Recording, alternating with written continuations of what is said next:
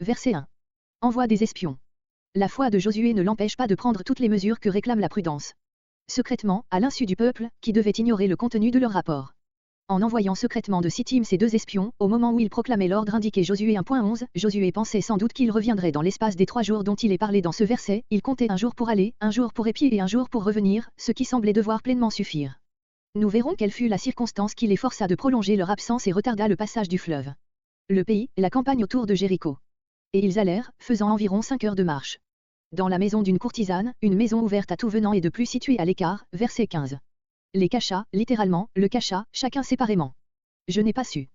Persuadé de la victoire finale des Israélites, Rahab use d'un mensonge qui, vu le niveau de moralité de son peuple, devait lui paraître permis. Quelque blâmable que ce moyen fût, en lui-même, il faut pourtant reconnaître que dans ce cas il fut l'effet de la foi que cette femme avait au Dieu qui conduisait Israël et à la victoire prochaine de ce peuple, voir versets 9 à 11. Rappelons-nous aussi la sainteté des droits de l'hospitalité dans toute l'Antiquité. Rahab put croire que la violation de ce devoir sacré était un plus grand crime qu'un mensonge officieux. Verset 6. Le lin mûrit en mars dans la plaine de Jéricho, dont le climat, comparé à celui du reste de la Palestine, peut être appelé tropical. Les tiges du lin atteignent dans cette région 1 mètre de hauteur. Verset 7. Légué, Juge 3.28, de Samuel 19.11. Notre cœur s'est fondu. Voir Exode 15.15-16, Exode 23.27, Deutéronome 2.25. Verset 13.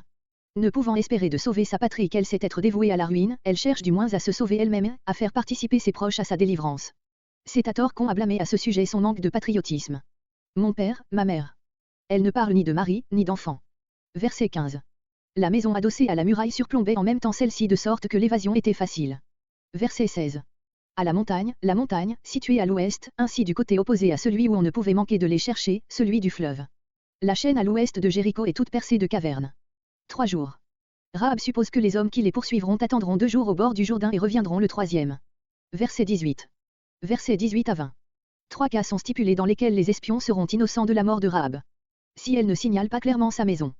Si elle et sa famille n'y restent pas enfermés. Si elle divulgue leur arrivée et leur retraite actuelle. Verset 23. Vinrent vers Josué. Le texte ne dit pas « revinrent vers Josué à Sittim ». Nous verrons en effet que les espions ne revinrent au camp que lorsque celui-ci avait déjà été transporté au bord du Jourdain.